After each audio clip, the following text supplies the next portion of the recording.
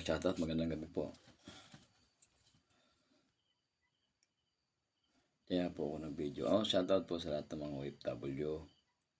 Sa pati yung panig na ating mundo. Sa yung mga OFW na sa Israel at sa lugar ng Palestine. Sana po maging maayos na po ang gera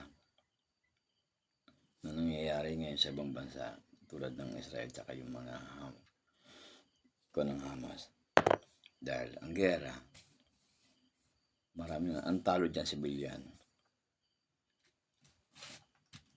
Sana po gabayan ng Panginoon, ng Allah, ng mga Pilipino at ang mga tao nandoon sa kasalukuyan na ginigera o naglalaban. Sana magkaroon ng kapayapaan lahat ng bansa. Sana hindi na maglaban-laban at mag-aaway-aaway pag-gera-gera pa. Sa lahat ng mga OFW, mag-ingat po kayo lahat yan. Ingatan po kayo ng Allah, ng Ama. At sana po walang masamang mangyari sa lahat ng mga Pilipino.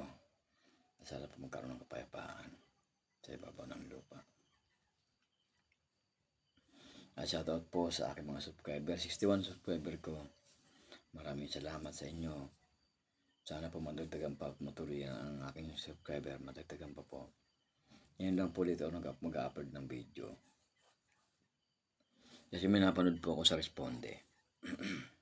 Bandang Antipolo. Alam mo yung ginawa ni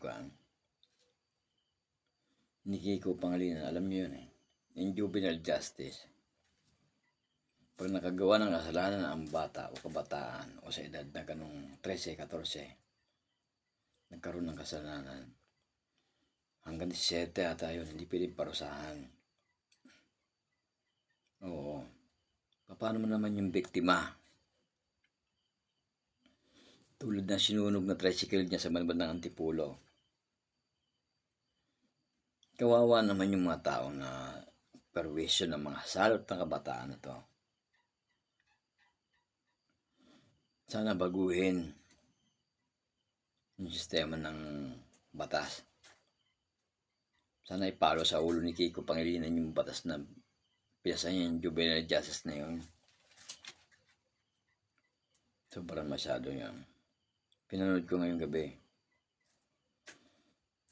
Ang sabi nung announcer sa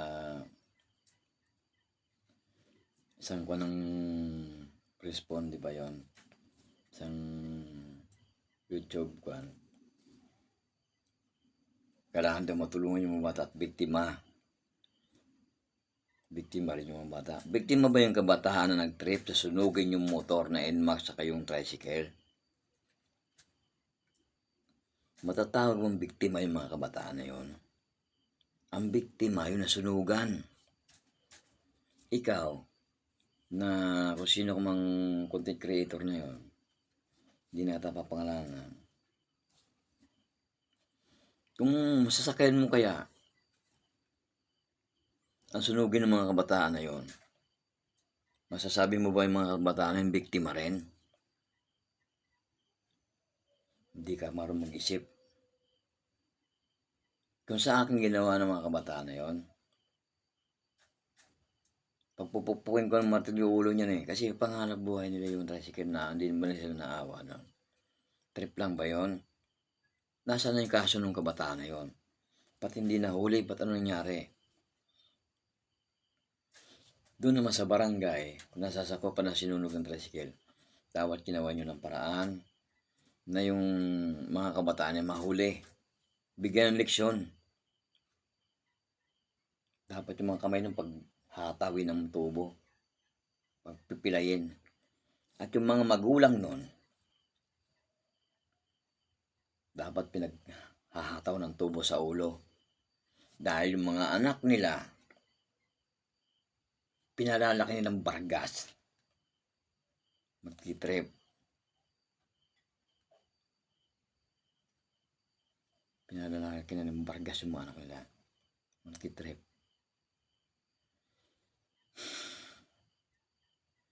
Ang batas, dapat ibaba ang sentensya.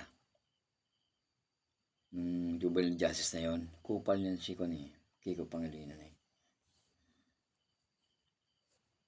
Kawawa na may-ari ni Inmax tapos yung tricycle.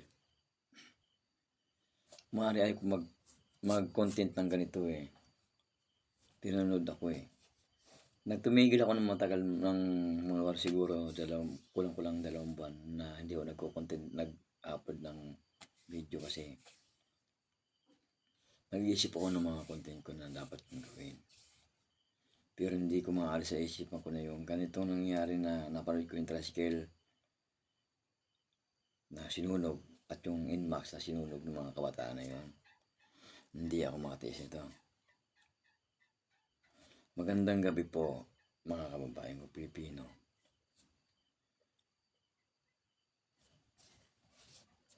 Sana po yung ganitong pangyayari huwag po mangyari sa mga lugar ninyo. Ibig sabihin maging alert tayo sa barangay ninyo. At payo ko lamang sa mga nanalong kong kapitan ngayon, gampanan po ninyo ng tama ang inyong mga tungkulin sa mga inyong barangay.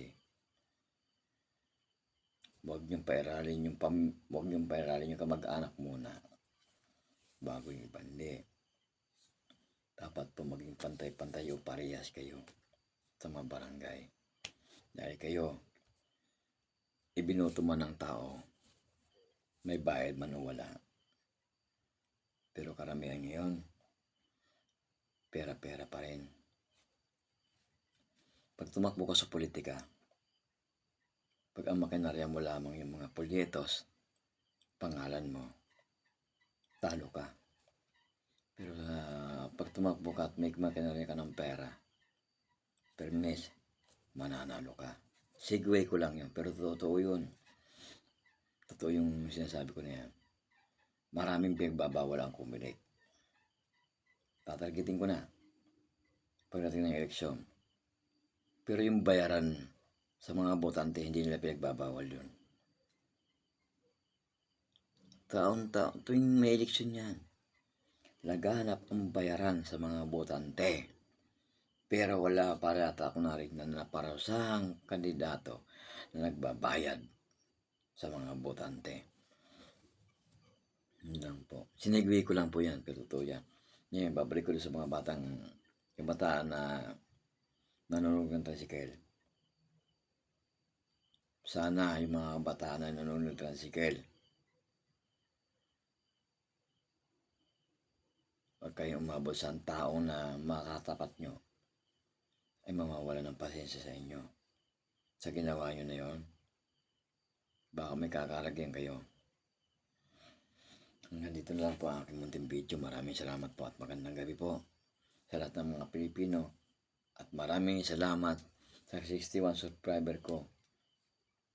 Sana tulungan nyo po ako na dumami pang subscriber. Sana tulungan nyo po ako. Maraming salamat po. Sana po matulungan nyo rin ako. Matulungan nyo po yung aking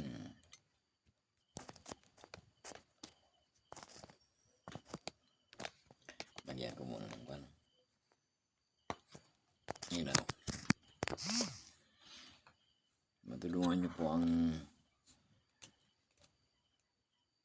yung aking Facebook na dumami ang aking followers. Maraming salamat po. Kapayapaan po ang kahihiling ko lang sa bawat bansa. Kapayapaan po. Sana po magkaroon kapayapaan sa Israel at sa lahat ng bansa na nagkakaroon ng problema. Maraming salamat po. At Andres TV po. Ito, maraming salamat po. At Andres TV po, pakilike, insist, and subscribe po po ang aking YouTube channel. Huwag po tayo maging traidor sa ating bayan. Huwag po natin gayahin si Emilio Aguinaldo. Maraming salamat po at magandang gabi po sa inyo lahat.